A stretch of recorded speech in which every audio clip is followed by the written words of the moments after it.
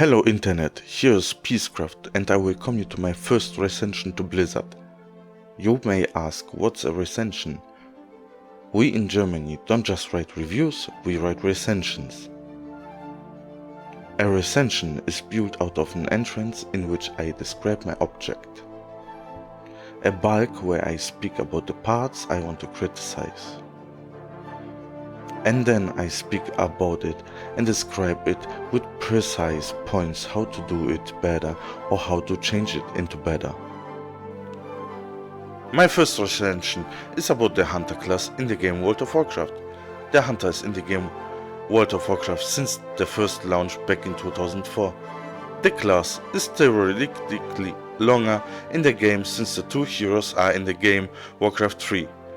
The living Sylvanas is a ranger with the origin abilities Scout, Cold Arrows, True Shot Aura and the ultimate Starfall since 2002. The most of these abilities were given to the Priestess of the Moon and Starfall became an ability from the tier 11 for the balanced druids back in Classic. Rexa, or the Beastmaster, is the melee hunter hero.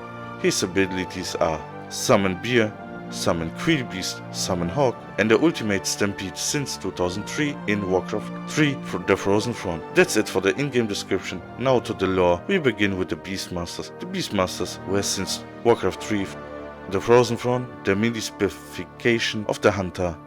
Rexa, or the Beastmaster, represented it since 2003. In World of Warcraft Classic, we got only melee Beastmasters too. I begin with the Wolfmaster Nandos. He is the pre-last boss in the instance Shadowfang Keep.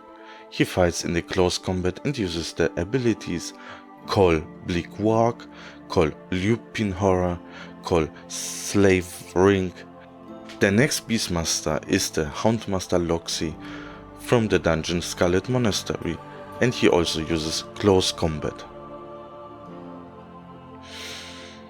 The abilities he uses are Bloodlust and Summon Scarlet Hound. And the last for the classic bosses is Houndmaster Grabma from the Blackrock Depths. He uses close combat and got no abilities, but some hyenas are following him and fights against anyone who attacks him. For the Burning Crusade we got only one, Swamp Lord Musalek from the dungeon Underbog. He uses a mix of close and rage combat style.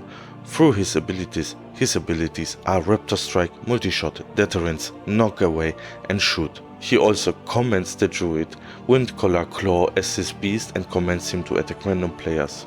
In the expansion Wrath of the Lich King we only got 3 candidates, but they focus their abilities on themselves and don't summon new beasts. Skadi the Ruthless from dungeon Utgar the Pinnacle. His abilities are Whirlwind, Crush, Poison Spear. The other candidates are the Hunter champions Alicia, Moonstalker and Rushka, which are part of the boss faction champions from the raid dungeon Trial of the Crusader. Their abilities are more like Marksman Hunter. In the Cataclysm expansion I didn't find a candidate in the 5-man dungeons. Orf was interesting, but I wasn't sure about him since he just loots the Logma after we kill it in heroic version of the fight. In the raid dungeon Firelands we got the boss Shanox with 2 hounds. He uses close combat and sometimes throws a spear. His abilities are Immolation Trap, Crystal Prison Trap. His abilities are Immolation Trap, Crystal Prison Trap, Arsing Slash, Hurl Spear, Frenzy and Magma Rupture. His 2 hounds got some abilities by themselves too. In Pandaria we get Houndmaster Brown, who is another Houndmaster from the reworked Scarlet Monastery.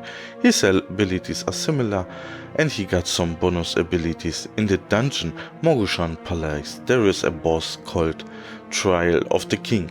In this trial we fight against 3 opponents. Kuai the Brute got a big Quillen with him. I count this one as a Beastmaster since it's a really big hound. In the raid dungeon Throne of Thunder we do encounter another Beastmaster.